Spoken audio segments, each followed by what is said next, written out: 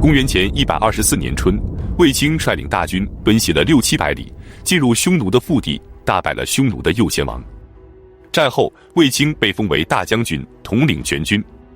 伊稚茶单于当然不甘心右贤王的失败，同年的秋天，他就派出万余骑兵再次袭击代郡，代郡的都尉朱英被杀，1000余边民被掳走。汉武帝收到消息后大怒，决定再次出兵，这次的目标便是匈奴的单于主力。公元前123年春，卫青率领大军从定襄出发，驻军于长城之外。定襄郡的治所在今天内蒙古和林格尔县西北的土城子乡。随同卫青出征的将领还有中将军公孙敖、左将军公孙贺、右将军苏建、强弩将军李举、前将军赵信、后将军李广。李广是这些将领里唯一一个没有被封侯的。同时，汉武帝还派张骞为向导，也随军出征。另外，还有个不起眼的校尉，也在此次的大军之中，这是他首次参战，本打算是出来历练一下的。他就是卫青的外甥霍去病。汉朝的大军出征了，首要的目标就是要找到匈奴的主力。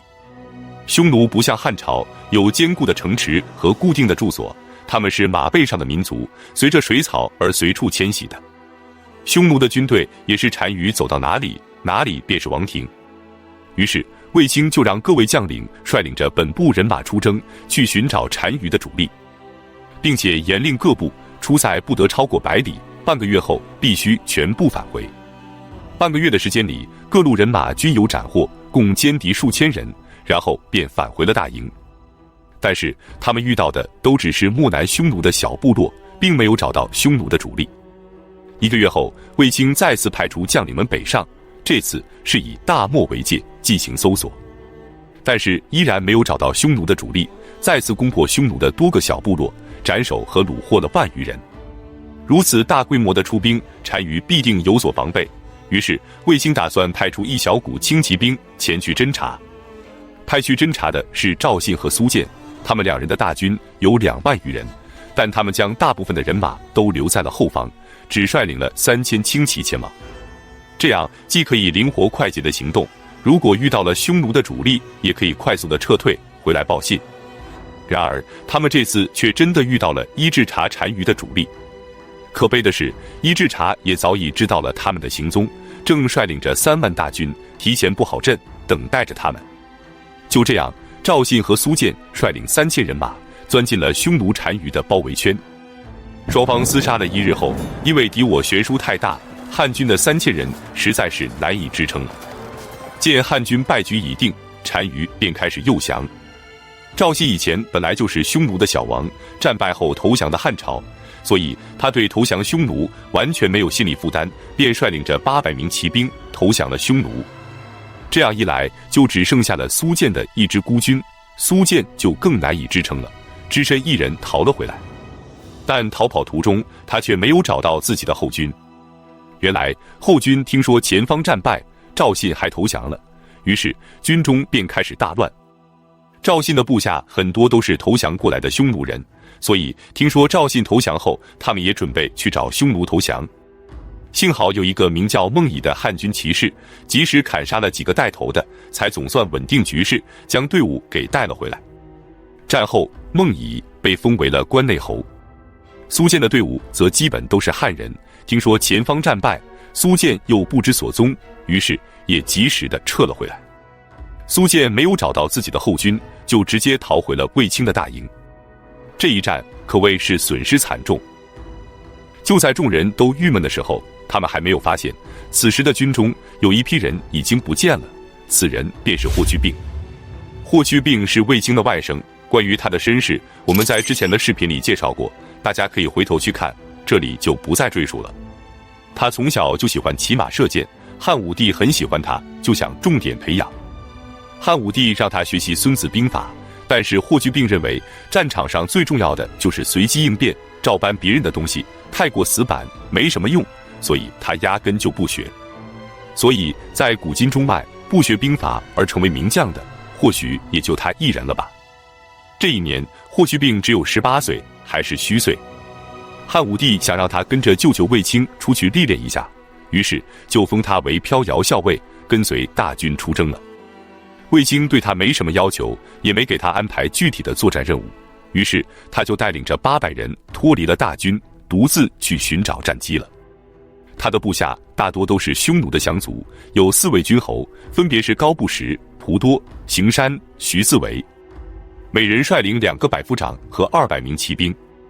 经过商议，他们决定前往敷阳巨山去寻找战机，那里就是我们上期讲过的卫青大败右贤王的地方。经过数日的奔袭，他们来到了敷阳巨山的山坡上，在这里他们截杀了一位老年的斥候。通过对这名斥候的分析，霍去病推断介若侯就在附近。原因是介若侯是默读单于最小的弟弟，属于伊稚茶单于老祖宗辈的。匈奴人的风俗是重少轻老，所有的饮食和衣物等都是先给年轻人，有剩余的才能分配给老年人，因此匈奴的很多老年人都是食不果腹的。介若侯已经年近70，无法继续冲锋陷阵，只能负责给大军运送粮草辎重。他能体恤老人，很多老人也就前来投奔他，所以通过这名老年斥候，霍去病推断出介若侯一定就在附近。经过几日的搜索，他们终于在一个湖边发现了介若侯的运粮大军，但他们没有立即出击，而是用牛皮包住马蹄，用笼子套住马嘴，静静地隐藏了起来。夜幕降临后，霍去病便率领着他的800勇士，一马当先冲入敌营，开始大肆的砍杀。面对突如其来的冲锋，匈奴士兵毫无还手之力。最终，介若侯本人在混战中被杀，伊稚茶单于的叔父，君臣单于时期的右贤王罗姑比被俘虏，还有匈奴的相国和当户等一众高官也全部被杀或被俘虏。此一战，霍去病只用了800人，歼敌2028人，同时还缴获了大量的粮食辎重，能带走的全部带走，带不走的一把大火全部烧掉。至此，漠南之战结束。这场战役并没有达到歼灭单于主力的目标，虽然杀敌万余，但是自身的损失也比较大，还有1员大将叛逃了匈奴。所以回到长安后，对于主将卫青，汉武帝只是象征性的给赏赐了千金。而此战中功劳最大的是2个人，一个当然就是霍去病了。他长途奔袭，找准战机，果断出击，歼敌数量远超自身的兵力，是妥妥的大胜。于是汉武帝封他为冠军侯，10亿1600户。就这样，他和他的舅舅卫青一样，也是一战封侯。同时，他也以不凡的战绩向世人宣告，大汉王朝最耀眼的一代名将已经是横空出世了。另一个功劳最大的便是张骞，因为他的引导得当，使汉朝的主力大军第一次深入到匈奴的大漠，而且还没有缺草断水，立了大功。于是汉武帝封他为博望侯。有奖就有罚，此战中损失最大的当然就是赵信和苏建了。苏建只身一人逃回卫青的大营后，很多人都建议卫青杀了苏建以树军威，但卫青说：“我是外戚领军，还有必要用杀将的方式来树立自己的威望吗？”于是他就把苏建带回长安，交给了汉武帝发落。汉武帝定他为死罪，不过最后苏建又是用钱买了一条命。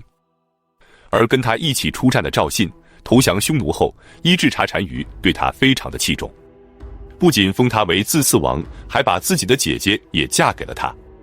他因为在汉朝多年，非常了解汉朝以及汉武帝接下来的战略，所以他建议单于要想对抗汉朝，最好的办法就是诱敌深入。等到汉军远道而来，人疲马乏，粮草供应不上之时，再发起攻击，则可彻底击垮汉军。为了能达到这个效果，他建议单于将王庭从漠南迁往漠北。伊稚茶单于听从了他的建议，当即就率领大军北上，将王庭迁往了漠北草原。可是让他万万没想到的是，他的这个建议却间接地成就了霍去病封狼居胥的壮举。本期视频就到这里，感谢观看，下期再见。公元前121年，21岁的霍去病被任命为骠骑将军，独自率领1万骑兵从陇西郡出发。他们沿着洮河进入黄河的干流，再折向东北，到达金城及现在的兰州市。从这里渡过黄河，然后沿着溺水，也就是今天的庄浪河，向西北方向前进，目标便是河西走廊。河西走廊主要有2股势力，东边是休楚王，西边是回耶王，他们各自又节制着众多的小部落。之前魏京经过2次战役，先是右贤王遭受重创，其次是单于的主力退往漠北草原，于是汉武帝便把目标放在了河西走廊。关于这里的地形地貌以及部落情况，张骞早已给汉武帝做了详细的汇报，于是汉武帝派霍去病率军出征。他们顺着庄浪河谷来到了乌梢岭。乌梢岭位于甘肃省天柱县境内，因为山脉在此形成了一个缺口，成为进入河西走廊重要的交通要道，所以乌梢岭被称为河西走廊的门户。翻过乌梢岭，便进入了鼓浪河流域，占据这里的是匈奴的赤仆部落。此时是初春，正是牛羊和骏马繁衍的时节，赤仆部的族人们都在忙着产羔和放牧，完全没有意识到战争已经离他们很近了。到达这里后，霍去病任命赵破奴为先锋，率领600名骑兵出击。赤仆王根本就没有时间去召集他的族人们，只能带领着身边的数百人仓促应战。最终，赤仆王被斩首，赤仆部也从此淡出了历史舞台。随后，霍去病率领大军继续西进，来到了杂水河流域。杂水河是石阳河的一条支流，统治这里的是居莫部。居莫部原本是个大部族，但是之前已有上万人跟随着大月支迁居到了西域，被称为西域居莫，位于现在新疆的居莫县附近。继续留在这里的只有5000余人，被称为河西居莫。他们实力太弱，在汉军到来之前早就已经逃走了。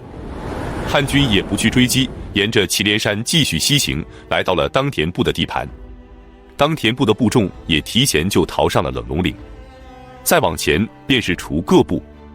楚各部是休楚王节制的一个小部落，部落首领便是休楚王的儿子。他率领着1000余人前来应战，但只损失了数十人后，他们就向休楚王的王城撤走了。他的意图是将汉军引到王城附近，再与休楚王一起围歼汉军。但是霍去病根本就不去追，他们继续西行，来到了胭脂山的南部。这里有2个部落，分别是蛇兰部和卢侯部，但是他们也一样，在汉军到来之前就已经全部逃走了。于是汉军便来到了回耶部。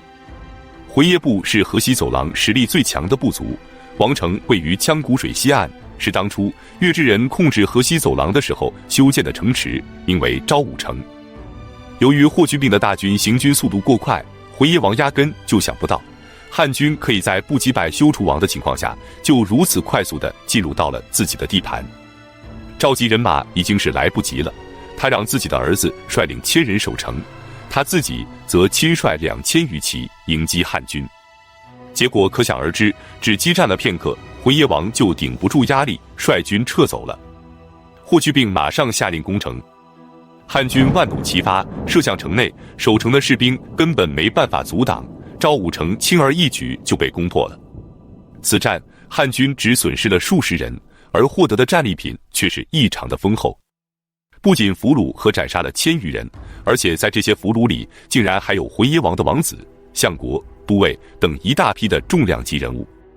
至此，霍去病只用了6天，便迅速地荡平了赤仆、居莫、当田、楚各等部，还大败了回耶王，可谓是6日破5国，胡尘千里惊。回耶王逃走后，就连忙派出快马前往各个部落去搬救兵，企图将汉军围歼于王城之中。然而霍去病在昭武城只休息了2天，补充完战马和补给后，就向东撤走了。这次他的目标是休楚王的王城。休楚王城建在石阳河的边上，位于今天武威市四坝镇3岔村的附近。此城也是当初月支人修建的。原本休楚王在得知回耶王的王城被汉军攻破后，还在幸灾乐祸，可紧接着霍去病的大军就向他自己的王城杀了过来。他非常明白，就靠这座年久失修的古城是根本阻挡不了汉军的。于是他吸取了回耶王的前车之鉴，立即就率领部众逃走了，留给霍去病的是一座空城。但是由于他逃跑的太过匆忙，连祭天金人都给忘带了。祭天金人是匈奴的2大宝器之一，每次有重大活动，这2个宝器都是要摆出来的。伊稚茶单于为了笼络河西走廊的各个部落，就将祭天金人交给了丘处王保管，没想到现在却成了霍去病的战利品。就这样，霍去病率领汉军只用了10天，在河西走廊来回奔袭，如入无人之境。在这里休整了1天后，霍去病还是感觉不过瘾，于是他率领大军又沿着胭脂山、合龙首山的南路再次向西行军。此时的回耶王已经集结了近2万大军，正准备去追击汉军，救出王子等被俘人员，没想到汉军竟然自己跑回来了。于是回耶王就在河离山的南路集结大军，等待着汉军。而且此时回耶王还得到一个情报，霍去病的骑兵已经没箭可用了。为了验证真假，回耶王还派出数名骑哨去骚扰，果然汉军射过来的都是用过了很多次的盾箭。这让回耶王更加的信心满满，准备在河离山下彻底消灭汉军。同时他让舌兰王和卢后王也各自率领千骑尾随着汉军，等到回耶王与汉军开战，他们便立即从背后发起偷袭，两面夹击汉军。可是让他想不到的是，霍去病早已了解了他们的一举一动。在休楚王的王城里，他就让所有骑兵每人都用羊皮包裹好40支崭新的利剑，并且隐藏起来，等到和回耶王开战的时候才能用。其次，舌兰王和卢后王偷偷地尾随着汉军，可他们想不到的是，霍去病在行军途中已经让蒲多率领1000骑兵悄悄地脱离大军，向南深入数十里，隐藏在一处山谷之中。等到舌兰王和卢后王的人马过去之后，蒲多才率军出来，悄悄地跟在了他们的后面。很快，霍去病的大军便与回耶王的大军在河离山的南面相遇，大战一触即发。回耶王认为汉军已经没箭可用了，也就用不着用其他的战术了，命令所有骑兵直接冲锋过去，人多打人少，一轮过去，汉军就应该彻底崩溃了。可此时，只见所有的汉军都从羊皮的包裹里取出了崭新的箭矢，朝着冲锋过来的匈奴骑兵连续的发射，感觉有着无穷无尽的箭一样。一时间，漫天的箭雨落在了匈奴骑兵的身上，大批的匈奴骑兵跌落马背。回耶王这才意识到他自己可能是上当。两军短兵相接后，伤亡都很大，但是匈奴骑兵已经彻底丧失了优势，于是回耶王只能下令撤军。两大主力已经停战了，可后面的舌兰王和卢后王却还在与蒲多打得难舍难分。霍去病及时抽调100骑兵，朝后方的战场杀了过去，两面夹击匈奴。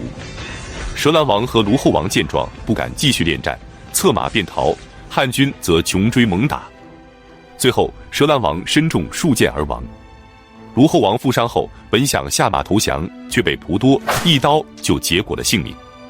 此战过后，汉军虽然打败了回耶王，还斩杀了2个匈奴王，但是自身的损失也非常大。最重要的是，战马已经不足1000匹，箭簇也所剩无几了，一支精锐的骑兵几乎快要变成步兵了。失去了机动性的大军，如果继续在匈奴的腹地逗留，那是极为危险的。于是霍去病下令班师回朝。汉军缓慢撤退，回耶王不敢贸然出击，只是尾随其后，准备找机会下手。5天后，汉军才抵达了舌兰部和卢侯部所在的胭脂山南路。此时舌兰王和卢后王已经战死了，剩余的部族也都如惊弓之鸟，早已逃走了。于是汉军顺利地通过了这里，可回耶王跟到这里之后却不跟了。他开始垂涎这2块牧场，就派兵去兼并这2个部落去了。回耶王不追了，可休楚王却来了，他要想办法把他的祭天金人给抢回去。此时汉军的粮草也已经告急了，行军速度变得越来越慢，用了11天才到达赤仆部的地盘，又用了3天从鼓浪水翻过乌梢岭，抵达了庄浪水。休楚王跟到这里时，已经提前派人去联络了河湟谷地的羌人，希望能和他们一起联手灭掉这支汉军，但是羌人拒绝了。于是霍去病便带领汉军沿着庄浪水渡过黄河，一路率军回到了陇西郡。至此，霍去病的第1次河西之战就此结束。这一战，汉军缴获了匈奴的祭天金人，俘虏了回耶王的王子，以及相国和都尉等一大批贵族，还斩杀了赤仆王、蛇兰王、卢后王，共计虏获和斩杀的匈奴人高达8960人。汉武帝非常满意，给霍去病加封了10亿2200户。这是霍去病第一次用他自己的战术大败匈奴，也为他第2次河西之战埋下伏笔，打下了基础。本期视频就到这里，感谢观看，下期再见。公元前121年夏天，距离霍去病第一次征战河西走廊仅仅过去了几个月。汉武帝决定再次派出2路大军征伐匈奴。第一路由霍去病和公孙敖率领，从北地郡出发，进攻河西走廊。北地郡的治所在今天甘肃省环县东南的马岭镇。第2路由李广和张骞率领，从右北平郡出发。右北平郡的治所在今天内蒙古自治区的宁城县西南。他们的任务是牵制住伊稚察单于和左贤王，阻止他们派兵去救援河西走廊。李广率领4000人为先锋，先行出发。张骞则率领1万人的主力大军随后跟进。可是李广的4000人出征后，却遇到了左贤王率领的4万主力大军。汉军的士兵们非常的恐慌。李广为了鼓舞士气，他让自己的儿子李敢独自带领几十名骑兵去直穿匈奴骑兵的包围圈。李敢带领骑兵在匈奴的阵地上跑了一圈，又安全地返回，并当着士兵们的面告诉李广，匈奴人很容易对付。于是汉军便军心大振。接下来，李广将军队布置成一个圆形的阵势，面向四周，抵御匈奴。匈奴人发起冲锋，一时间箭如雨下，半天时间，汉军就死伤过半，只剩下了不到2000人，但依然毫不退缩。可要命的是，汉军的箭矢马上就要用完了，士兵们又开始慌乱了起来。可他们见李广依然气定神闲，士兵们也就有了底气。这时，李广下令让所有的士兵只拉弓不放箭，他亲自用大黄弩弓射向敌人的副将，一连射死了好几个，匈奴便不敢再贸然的冲锋了。不多时，天色逐渐暗了下来，双方都罢兵回营，汉军可算是熬过了第1天。第2天天明，战斗再次打响。就在汉军精疲力竭，要被匈奴彻底歼灭的时候，张骞终于率领着主力大军赶到了。匈奴见状，便下令撤走了。此时汉军已经是疲惫不堪，根本没有精力再去追击匈奴了。何况此战汉军虽然伤亡惨重，但也算是完成了牵制匈奴的作用。于是李广便率军回到了右北平郡。再来看霍去病和公孙敖这一路。上一次霍去病是从乌梢岭进入的河西走廊，所以在这条路线上，匈奴必定有所防范。于是这一次霍去病决定采取大纵深迂回的战略，再打匈奴一个措手不及。他率军从北地郡出发，在贺兰山的北面进入乌兰布和沙漠，然后沿着巴丹吉林沙漠的北部边缘前往居延泽。居延泽就是今天的居延海。发源于祁连山深处的若羌水，也就是今天的黑河，流经800余公里后，汇入了今天内蒙古额济纳旗北部的2块洼地，形成了东西2大湖泊，总称居延海。东边的叫苏伯诺尔，西边的叫噶顺诺尔。在这里稍事休整之后，汉军便沿着弱水南下。弱水指的是黑河的下游，弱水3000，只取一瓢饮的弱水，指的就是这条河。按照原计划，公孙敖的大军从北地郡出发，渡过黄河后，就应该沿着腾格里沙漠和巴丹吉林沙漠的南部边缘前进，两军在弱水汇合，然后再一起突袭匈奴。可是当霍去病的大军来到这里时，却根本就没有公孙敖大军的任何消息。事实上，公孙敖的大军在刚进入腾格里沙漠的时候就迷路了，他们是无论如何都来不了了。此时霍去病的大军人困马乏，干粮和粮草也已不足，如果继续前往河西走廊，一旦被匈奴围困，便有全军覆没的风险。但是霍去病并不打算就此退兵，他决定孤军挺进，继续完成任务。于是霍去病的大军再次出发，他们从河狸山的北部对浑邪王和休楚王的侧背突然发起猛攻。匈奴万万想不到，霍去病回去才仅仅几个月，就再一次如同神兵天将一样，突然就出现在了他们的面前。于是匈奴只能仓促应战。经过激烈的战斗后，回耶王和休楚王再一次战败，仓皇逃走。就这样，霍去病在没有援军和后勤补给的情况下，只依靠自己的一支孤军，再一次大败匈奴。据说他战败匈奴后，拿出汉武帝御赐的美酒犒赏将士，但是由于酒少人多，霍去病就将美酒倒入泉水之中，与众位将士共饮，从此这个地方便称为酒泉。此战，霍去病再一次打破了他之前的战绩。他先是俘虏了丹桓王和囚徒王及其相国和都尉以下的2500余人，然后共斩杀和俘虏的匈奴人高达30200人，并且生擒了匈奴的5个王、5个王母，以及匈奴单于的胭脂及其王子59人，还有相国、将军、当户、都尉等63人。战果是异常丰厚的，对匈奴实力的打击也是非常沉重的。然而，汉军也因为没有等来公孙敖的支援，损失了将近3%的人马。至此，第二次河西之战结束。霍去病在不到1年的时间里，2次出征河西走廊，连赢2场大战，以最小的成本赢得了最大的胜利，创造了中国战争史上罕见的奇迹。回到长安后，汉武帝再给他增加10亿5400户，总食邑超过了1万户，成为了名副其实的万户侯。此外，跟随他的将领们也获得了封侯，赵破奴被封为从标侯，高不实被封为一贯侯，蒲多被封为回渠侯。而且，汉武帝为了表彰他的赫赫战功，还派人为他建造了一座富丽堂皇的府邸。但是霍去病却坚持不救，并气概豪壮地说道：“匈奴未灭，何以家为？”再来看下此次出征的另外3名将领。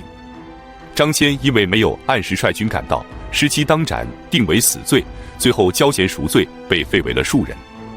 公孙敖因为迷路，失期当斩，定为死罪，最后也是交钱赎罪，废为了庶人。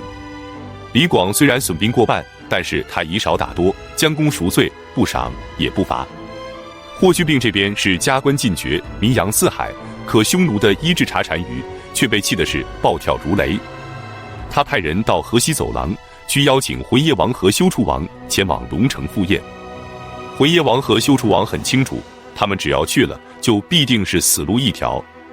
于是2人经过秘密的商议后，决定投降汉朝。汉武帝收到消息后是又喜又忧。喜的是，经过霍去病的2次大胜，匈奴终于从内部开始分裂了。忧的是，匈奴的数万人马集结在边境，如果是诈降，那么后果是不堪设想的。于是他再次派出霍去病率领1万骑兵前去接应。果然，在霍去病还没到达之前，休楚王就反悔了。回耶王劝说无果，为了不影响自己的计划，便果断地杀了休楚王，并收编了他的人马，继续等待着汉朝的收编。霍去病率军来到了金城后，渡过黄河，直奔回耶王的大营。匈奴的士兵们认出了这个年轻的将军便是霍去病，而且见汉军的队伍异常的威严，感到非常害怕，就陆续的开始逃跑。霍去病果断下令，锐汉成诛，设伏者勿取。然后他率领精锐进入回耶王的大营，控制住回耶王。其他将领则率军去追击匈奴的逃兵，斩杀了8000多人后，匈奴的士兵终于不敢再轻举妄动，稳住了局势。霍去病让回耶王先行出发去面见汉武帝，剩下的4万多匈奴降兵则被汉军押送着跟在后面。回到长安后，汉武帝非常高兴，他将回耶王封为洛耶侯，10邑1万户，同时还将回耶王的儿子忽都尼等4个人也给封了侯。随后投降的4万余名匈奴人被分别安置在陇西郡、北地郡、上郡、朔方郡、云中郡，被称为5属国。从此回耶王在汉朝过上了舒适的生活，直到老死在这里。而休楚王的反悔不仅失去了这个机会，连他的家人也跟着受到了牵连。他的太子投降后，不仅没能封侯，而且还被贬为了马夫，专门负责给汉朝养马。这个休楚王的太子便是金密帝。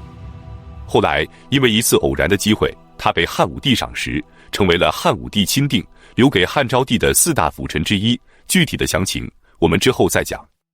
至此，河西走廊的匈奴人彻底归顺了汉朝。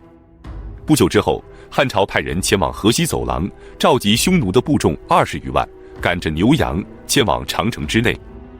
为了方便管理，在之后的多年间，大汉王朝在河西陆续地设置了武威郡、张掖郡、酒泉郡和敦煌郡，被称为河西四郡。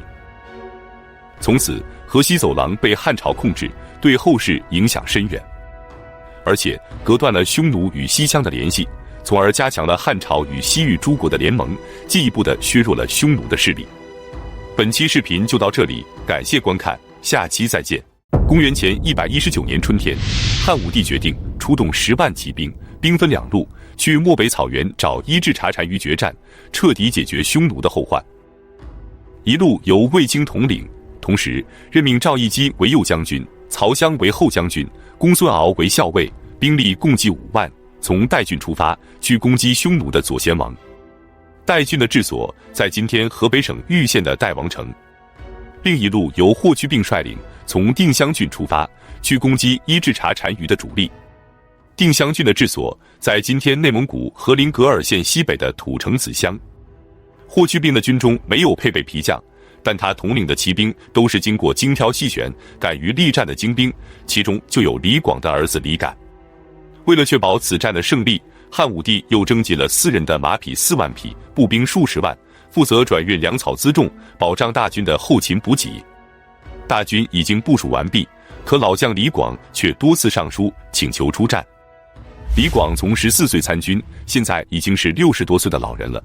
他与匈奴征战一生，名气很大，却一直没有建立功勋，所以他无论如何都不会放弃这场与匈奴决战的机会。汉武帝之所以不让他参战，一方面是因为李广的年龄确实太大了，另一方面是因为李广打仗太过冒进，而且运气一直都不怎么好，担心会打乱战局。但在李广的多次请求下，汉武帝还是答应了他，让他跟随卫青一起出征。至此，汉朝的大军已经安排妥当，准备发往漠北草原。可就在这时，忽然从匈奴俘虏的口中得知，伊稚茶单于已经向东边转移了。于是汉武帝便再次调整了作战部署，他让霍去病从代郡出发，去找伊稚茶单于的主力决战，卫青则改从定襄郡出发。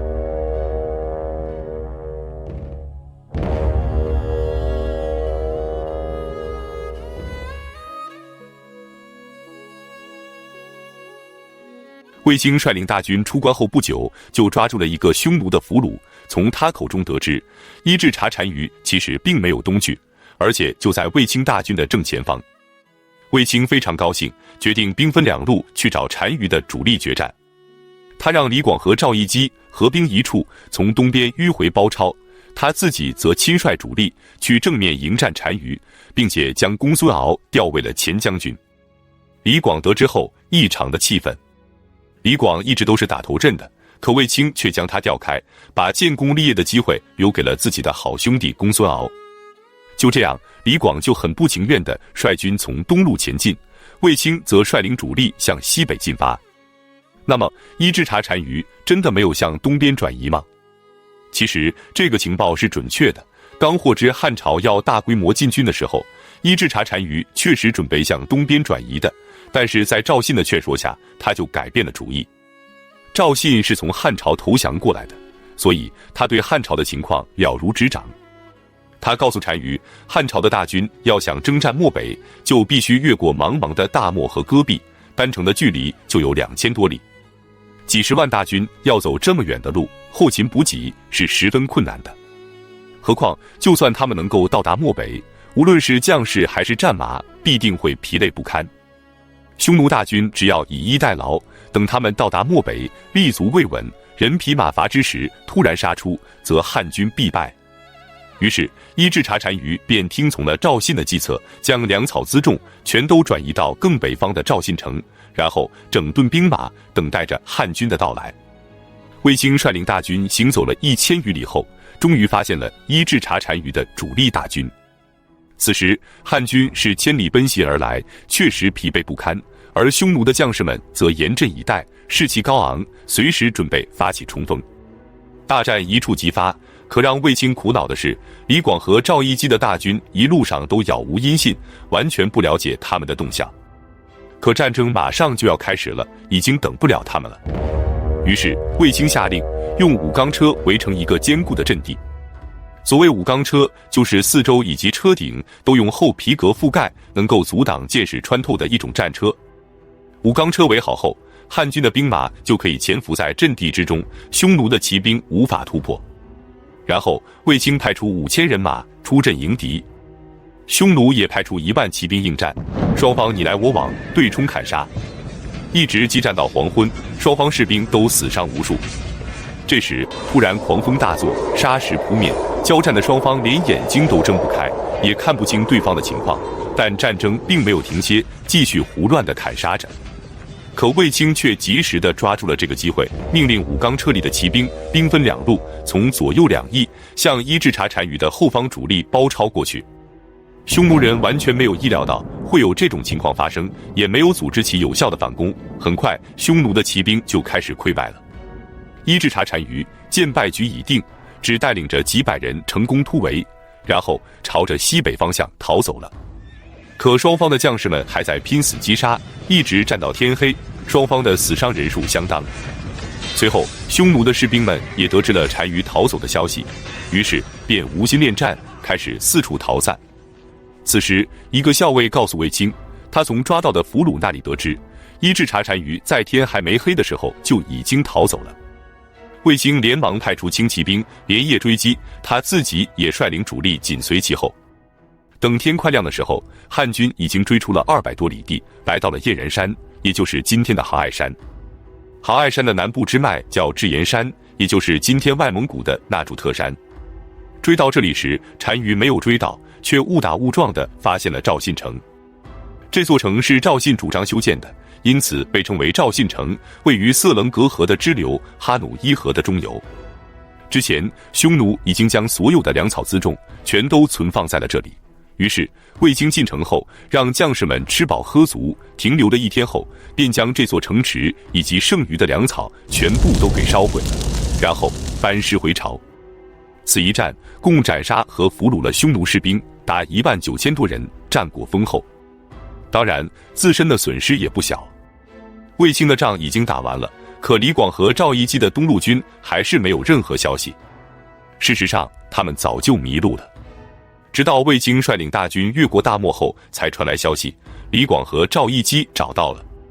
卫青派长史去了解情况，但李广闭口不言。最后，李广来到卫青的大营，也不解释迷路的缘由，只是独自一人担下了所有责任，然后拔剑自刎而死。当李广自杀的消息传开后，李广的部下无不痛哭流涕。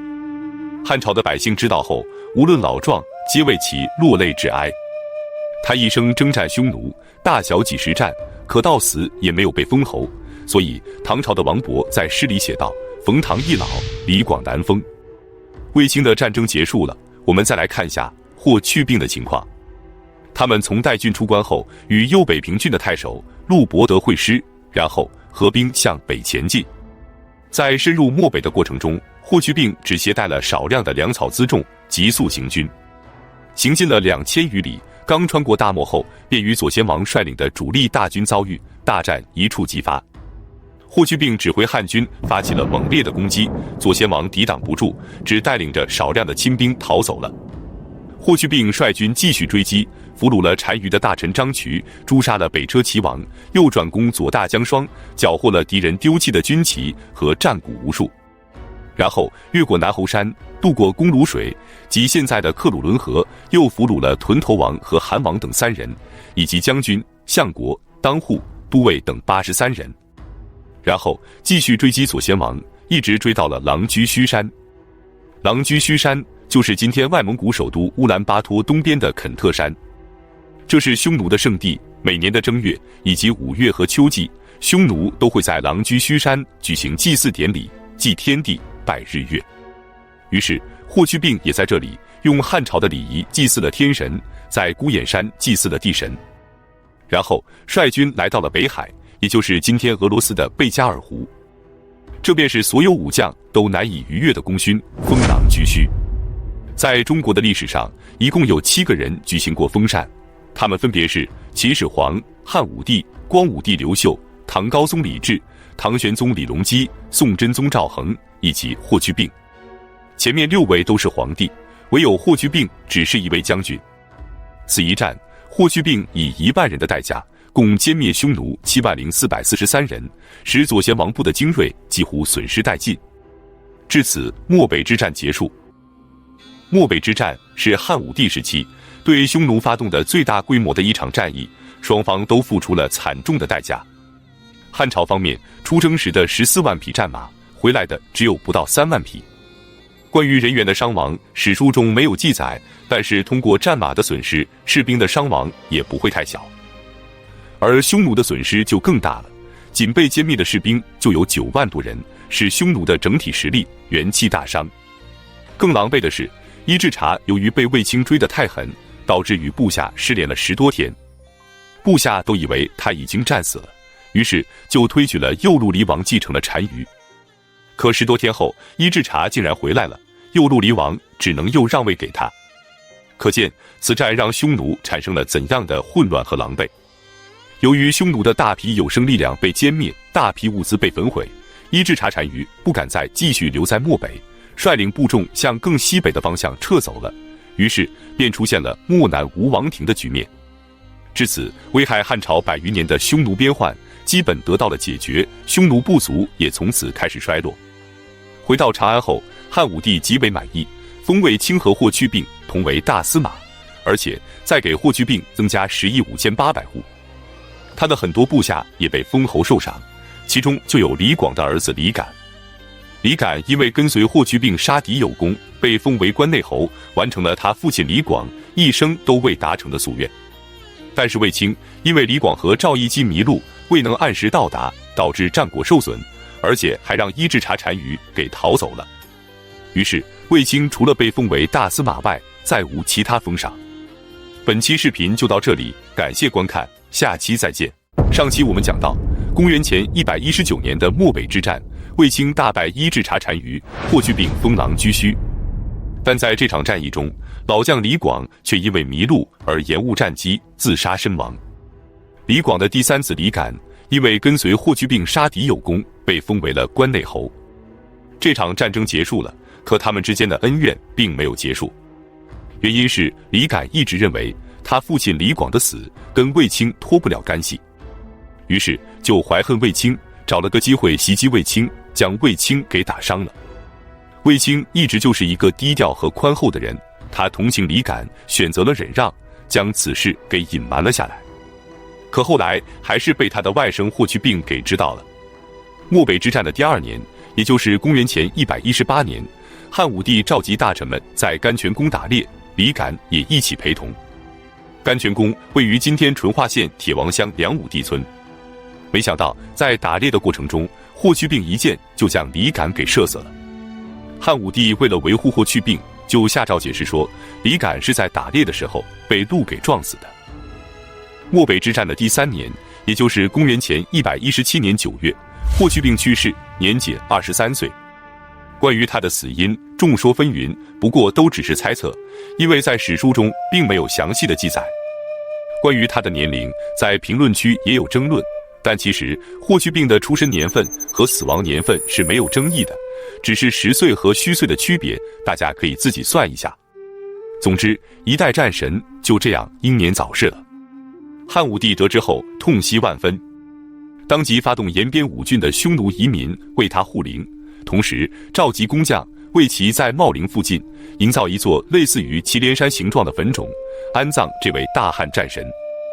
霍去病的墓地位于今天陕西省兴平市南魏镇道长村的西北，距离茂陵约1公里，因墓为山形，俗称石灵子。霍去病去世的3年后，也就是公元前114年，汉武帝的老对手伊稚茶单于也在郁闷中去世，由其长子乌维继位，即乌维单于。漠北之战后，匈奴再也没有能力对大汉王朝构成威胁了，汉武帝便把目光瞄准了西域。漠北之战的同一年，汉武帝就派张骞第2次出使西域。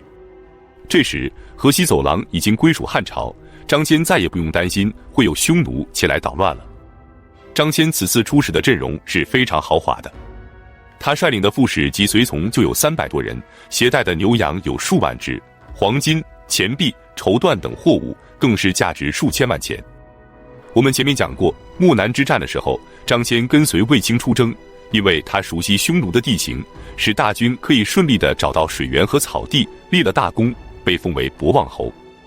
霍去病第二次河西之战的时候，派张骞跟随李广出征，负责牵制左贤王，结果李广被包围，张骞因没有按时赶去救援，回来后被贬为了庶人。现在他又重新被启用，第二次出使西域，此行的任务是去找乌孙国，说服他们搬到回耶王的旧地，把现在的地盘让给汉朝，然后再如法炮制，搞定西域诸国。没有了匈奴的阻拦，张骞等人顺利地来到了乌孙国。乌孙国的国都是赤古城，位于今天吉尔吉斯斯坦伊塞克湖东南的伊什特克附近。他们也和匈奴人一样，逐水草而迁徙，全国人口约为63万，军队18万多。现任的乌孙王是列焦弥。张骞刚来的时候，他非常的跋扈，不仅对张骞傲慢无礼，还不按应有的礼仪迎接张骞等人。当张骞告诉他，如果不按照汉朝的礼仪拜见，就不会给他们任何的赏赐。乌孙王立即收起了傲慢，按照要求向张骞行礼。然后张骞便提出了此行的目的，让乌孙王举国东迁。只要他们同意，汉朝不仅赏赐给他们贵重的礼物，还可以与乌孙和亲，从此结为兄弟。然而此时恰好等上了乌孙国的内乱。此时的列焦弥已经是个60多岁的老人了，太子早亡。太子在临死前请求立自己的儿子军须弥为太子，列焦弥答应了。可这却引起了太子的弟弟大陆的不满，大陆握有兵权，打算起兵杀掉军须弥。列焦弥为了保护孙子军须弥，便给他万余骑兵到别的地方去自立，列焦弥自己则留下万余骑兵自保。就这样，乌孙国名义上归列焦弥统治，其实已经是一分为三了。由于他们各方意见不一，导致张骞游说无果。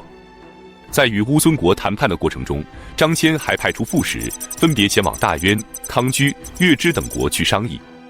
安排完之后，张骞便先回长安去复命了。跟随他一起前往的还有西域诸国的使者们。公元前115年，张骞回到了长安，汉武帝封他为大行令，位列九卿。1年后，张骞病逝。张骞走了，可他凿空的这条西域通道却越来越畅通了。汉武帝为了加强与西域的关系，继续派出众多的使者，带着大量的贵重物品去说服西域诸国投靠汉朝。可这些人并不是张骞，他们中的很多人在西域胡作非为，私吞汉朝给各国的礼物，导致西域诸国越来越不满意汉朝的使者。最后竟然出现了拒绝接待汉朝使者，不给他们提供食物，还攻击和扣留使者的地步。其中处于西域交通要道的2个小国最为嚣张，他们分别是姑师和楼兰。